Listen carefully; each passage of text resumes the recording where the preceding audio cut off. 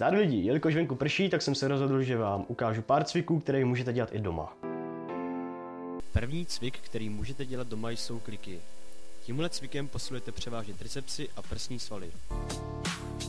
Pokud nezvládnete klasickou variantu kliků, můžete si klik ulehčit způsobem, jakým je to ukázáno ve videu. Nebo naopak, když vám bude klasický klik připadat jednoduchý, můžete vyzkoušet i některé těžší varianty.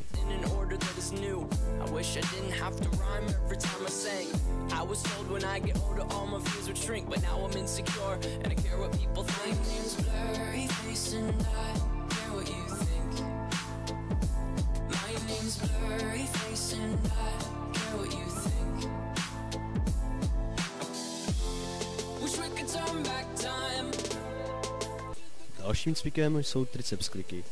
Tímto cvikem posilujete hlavně ramena a tricepsy.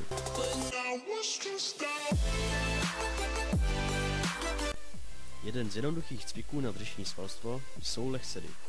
Pokud děláte lehsedy, je vhodné je dělat na měkkém povrchu, můžete si například vzít podložku na cvičení nebo karimatku.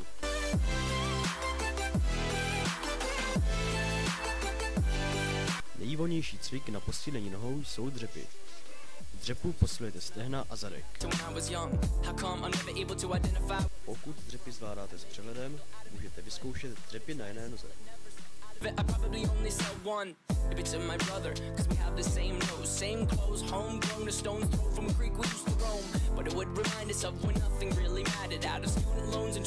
Pokud máte doma hrazdu nebo cokoliv jiného, co se dá jako hrazda využít, v mém případě futra, můžete zkusit některé z následujících cviků.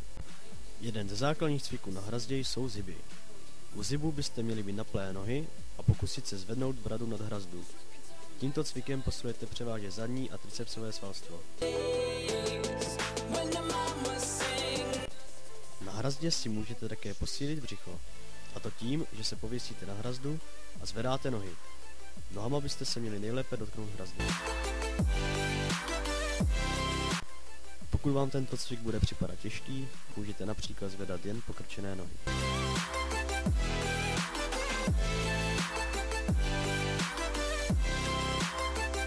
Toto je vše z tohoto videa. Pokud chceš vidět moji další tvorbu, můžeš hodit odběr nebo mě podpořit lajkem, komentem či sdílením. Mír s vámi.